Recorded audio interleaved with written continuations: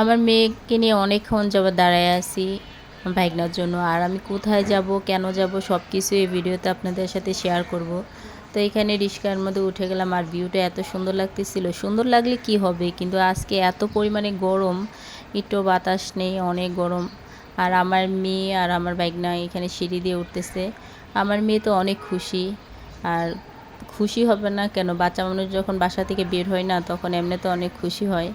ওই যে এত পরিমাণে অসুস্থ, তারপরও বের হওয়াতে অনেক খুশি হইতেছে। আমার মেয়ে হঠাৎ করে রাত থেকে কানে ব্যথা, ঘুমাইতে পারতেছিল না, অনেক কানে ব্যথা করতেছিল। তা আমাদের পরিচিত ডাক্তার আছে, ওই ডাক্তারকে ফোন দিছিলাম, পরে বলতেছে যে নিয়ে আসেন। আমি ঢাকা মেডিকেল নিয়ে যেতেছি। তো এখানে মেট্রো রেলের মধ্যে টিকিট কাটার জন্য দাঁড়াইছিলাম। টিকিট কাটা হলো আর আমরা এই যে সিরিয়াল দিয়ে চলে যেতেছি। এত পরিমাণে মানুষ, আমরা কিন্তু 10টা বাজে গেছি হসপিটালে, 10টা বাজে অনেক মানুষ। কারণ মানুষ থাকে কি বা, আমাদের তো সিরিয়াল লাগে নাই, কিন্তু যারা আসছে এত পরিমাণে সিরিয়াল ধরে রাখছে। আর সবাই আমার মেয়ের জন্য দোয়া করবেন যাতে আল্লাহ সুস্থ করে।